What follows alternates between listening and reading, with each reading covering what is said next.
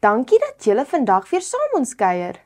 Hallo maats, dit is vir ons elke week so lekker om saam julle te kan kuier en oor Jesus te leer. Ek en Kobus het bietjie gesels, maats.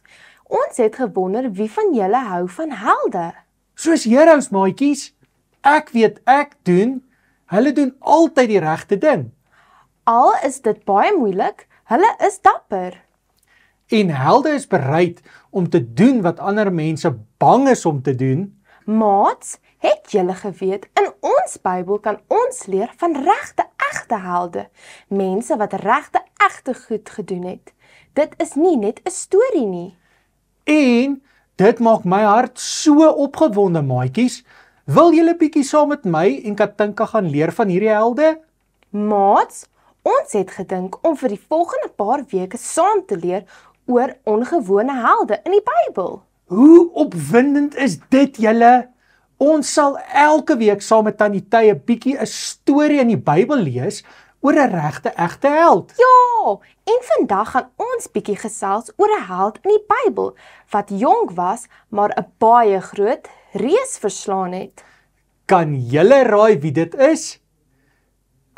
Ja, dis Dawid.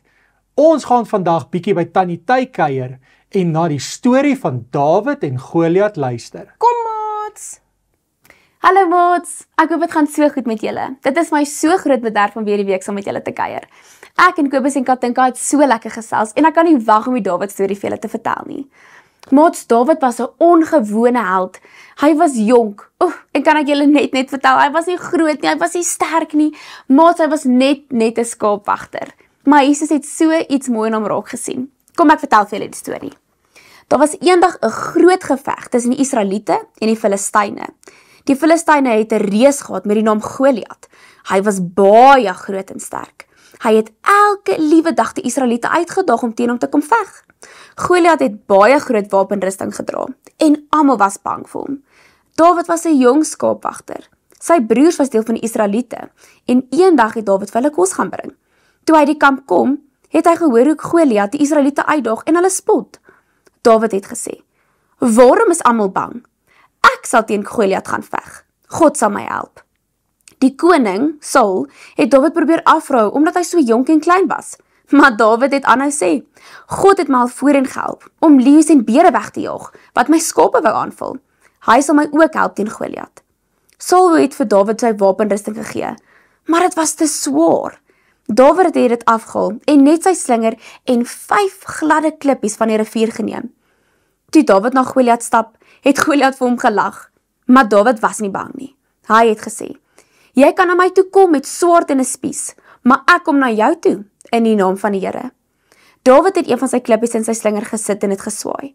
Die klippie het Goliat reg op die voorkop getref en hy het dadelik geval. Dawid het die reus oorwin met net 1 klein klippie en sy geloof in God. Die Israeliete was so bly en het die Filistyne gejaag en gewen. En so het Dawid met hulp van God die groot reus Goliat verslaan. Maats, selfs al is ons klein, kan ons groot dinge doen. Jesus sien ietsie baie groter in ons hartjies raak. Ons moet so dapper wees soos Dawid. Totsiens maats, sien julle volgende week. Ek kan nie wag om julle te vertel van nog 'n held nie. Wow, julle, ek wil ook soos Dawid 'n ongewone held wees.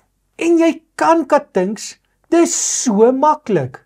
Ons kan kies om dapper te wees en nie bang te wees nie, want ons weet dat Jesus aan ons kant is. Maats, maak nie saak hoe groot of hoe klein jy is nie. Jesus kan jou hartjie ook dapper maak, net soos Dawid se. En jy kan ook 'n gewone held wees. Totsiens maats! Onthou, volgende week kuier ons weer saam en leer van nog 'n held in die Bybel.